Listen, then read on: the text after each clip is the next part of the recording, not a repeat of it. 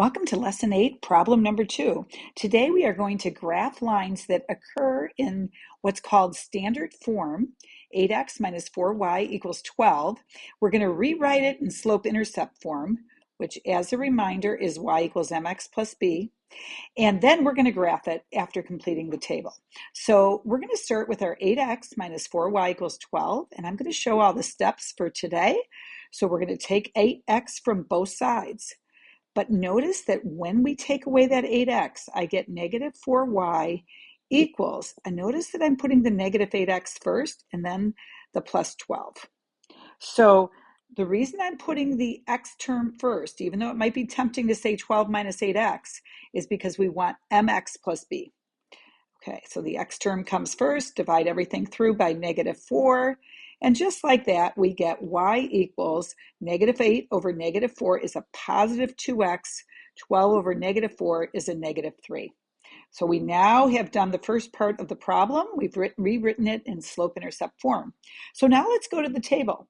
So notice that when we substitute negative 2 in for x, what we're going to do is we're going to get a value for y. I'm going to show that to you for this first one. So it's basically going to be 2, so y equals 2, in for x I'm putting a negative 2, minus 3. So 2 times negative 2 is negative 4, minus 3 is negative 7. So when x is negative 2, y is negative 7. For the rest of the chart, we're just going to do it with mental math. So now we're going to substitute negative 1 in for x. So y equals 2 times negative 1, which is negative 2, minus 3 is negative 5.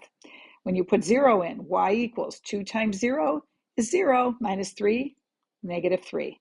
Now notice that I could continue by saying y equals 2 times 1, which is 2, minus 3 is negative 1. But you might also notice that every time your y value is going up by 2 as x goes up by 1.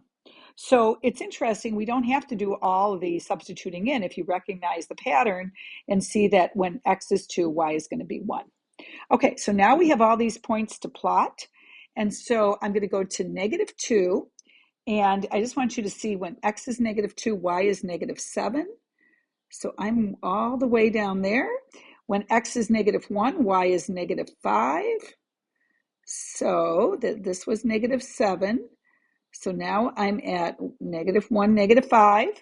Then I'm right here at 0, negative 3. So I'm going to where x is 0, y is negative 3. X is 1, y is negative 1. And then finally, x is 2, y is 1. And then notice that we get this nice line that goes through all those points.